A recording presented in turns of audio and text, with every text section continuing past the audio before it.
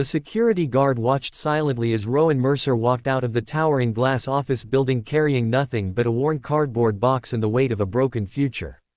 Inside that box were a framed photo of his 9-year-old daughter Hazel, a faded coffee mug with a tiny crack along the handle, and years of loyalty that had just been thrown away in less than 5 minutes. Behind him, through the polished windows, employees pretended not to stare while the CEO's cold words echoed through his mind. According to the man who had built his fortune on numbers alone, Rowan's career was over. He was too old to start again, too poor to fight back, and too ordinary to matter. The city moved around him in the bright afternoon sunlight as if nothing had happened, but for Rowan, everything had changed in a single moment. Before we continue this emotional journey, if you believe that kindness, hard work, and second chances can change lives, please take a moment to like this video, leave a comment, share it with someone who needs hope today, and subscribe to Ripple of Kindness. Your support helps stories like this reach people who need them the most. Rowan had never imagined that life would lead him here. 4 years earlier, his wife had passed away after a sudden illness, leaving him to raise Hazel alone. Every morning began before sunrise. He prepared breakfast, packed school lunches, braided Hazel's long brown hair after learning from online tutorials, and rushed to work before the morning traffic filled the streets. His evenings were spent helping with homework, cooking simple meals, washing clothes, and promising his daughter that tomorrow would always be better. He never complained because every sacrifice felt worthwhile whenever Hazel smiled. At the company, Rowan had worked for nearly 18 years managing warehouse operations. He knew every shipment, every supplier, and every worker by name. Younger employees often sought his advice because he solved problems without making anyone feel small.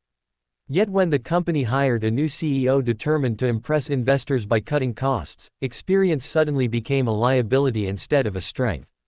Departments were restructured, longtime employees were dismissed, and loyalty disappeared from boardroom conversations. The CEO proudly announced that the future belonged to innovation, not sentiment. Rowan's position was eliminated with a rehearsed speech about efficiency. As Rowan quietly gathered his belongings, the CEO added one final sentence that hurt more than losing the job itself. He suggested that someone like Rowan would never recover because people without influence were simply left behind. Those words followed Rowan home like a storm cloud. That evening, the small house felt unusually quiet despite the cheerful daylight shining through the kitchen windows. Hazel noticed the sadness hidden behind her father's smile but never asked difficult questions. Instead, she placed a hand-drawn picture on the refrigerator.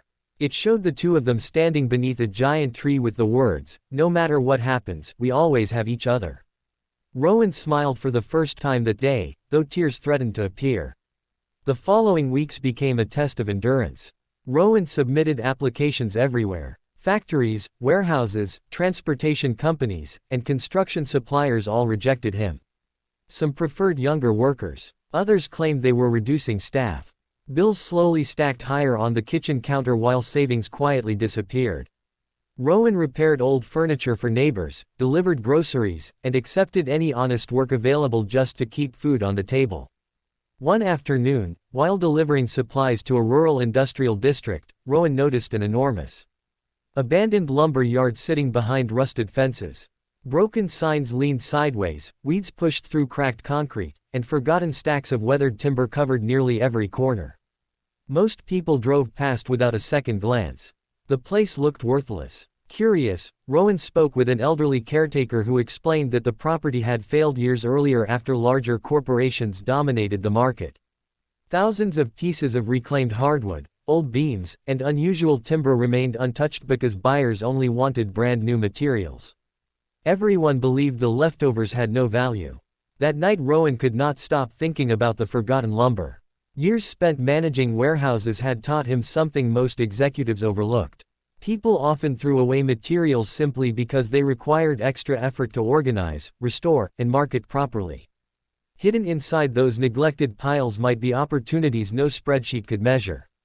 The idea seemed impossible. Rowan barely had enough money to cover another month's mortgage payment. Still, he sold his aging pickup truck, borrowed a small amount from an old friend who trusted his honesty, and invested every remaining dollar into purchasing the abandoned inventory that nobody else wanted. Friends worried he had made a terrible mistake. Some quietly believed grief and desperation had clouded his judgment. Even Rowan questioned himself during sleepless nights. Yet every morning he woke before sunrise, packed Hazel's lunch, walked her to school beneath clear blue skies, and then drove to the forgotten lumber yard.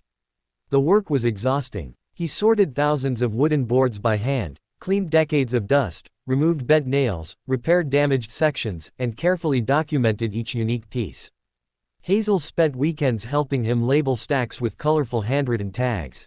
She treated every board as if it held its own story, and her excitement slowly replaced Rowan's fear with determination. As weeks passed, Rowan discovered something remarkable. Architects designing eco-friendly homes desperately searched for reclaimed wood with history and character. Furniture makers loved rare grain patterns unavailable in modern lumber. Artists wanted weathered timber that carried natural texture impossible to recreate artificially.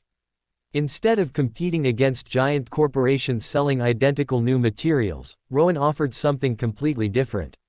Every piece was unique. Every beam carried history. Every customer purchased more than wood, they purchased craftsmanship, sustainability, and authenticity. Word spread faster than Rowan expected. Small orders became larger contracts. Designers shared photos of beautiful dining tables built from reclaimed oak. Restaurants decorated interiors using Rowan's restored beams. Local newspapers featured his environmentally responsible business, praising the transformation of forgotten materials into treasured products. Soon Rowan hired unemployed workers from the surrounding community. Many were parents who had struggled after losing factory jobs. Rowan remembered how hopeless unemployment had once felt, so he created flexible schedules allowing mothers and fathers to attend school events without fear of losing income. His company valued people before profits.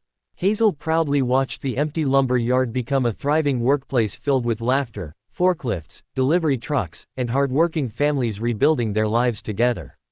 Every afternoon after school she completed homework inside the renovated office while employees greeted her like family. 3 years later, the company occupied multiple warehouses and supplied reclaimed materials across the country.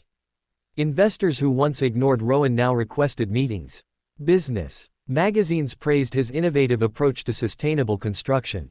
Yet success never changed the way Rowan treated people. He still walked through the warehouses each morning greeting every employee by name. One bright spring afternoon an invitation arrived for a regional business leadership conference. Rowan had been selected to receive an award recognizing entrepreneurs whose companies created meaningful community impact. The event attracted executives, journalists, and industry leaders from across the nation. As Rowan entered the conference hall, he recognized a familiar face across the room. The former CEO who had fired him stood speaking confidently with investors. Age had added gray to his hair, and recent financial troubles had clearly affected his once effortless confidence.